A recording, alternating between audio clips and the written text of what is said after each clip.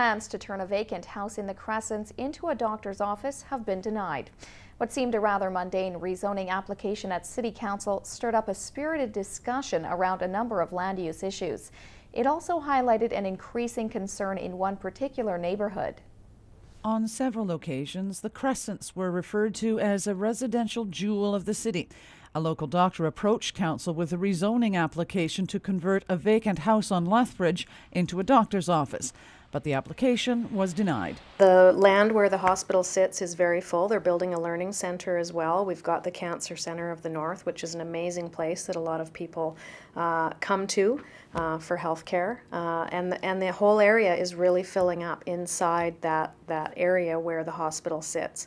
And so to begin to see homes around the neighborhood swallowed up by continued healthcare concentration is problematic for that neighborhood, and I agree with them. But the denial was not unanimous. There are those on council who think it is folly to believe progress can be curbed, and there are plenty of examples where mixed land use has been a success.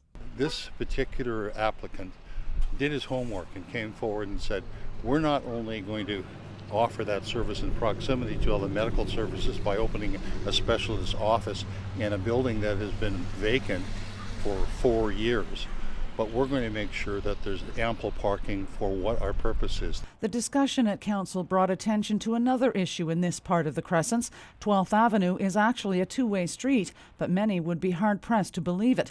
The parking issue is not restricted to 12th Avenue either. It makes it difficult for city street crews in the winter with snowplow removal to maneuver around cars that are parked all over the street.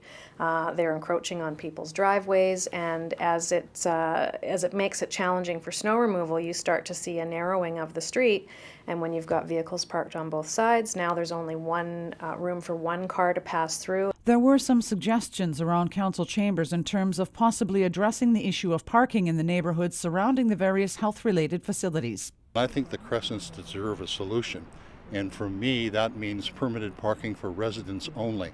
It's not a new idea, it's an idea that exists, for example, in St. Paul's down in Vancouver.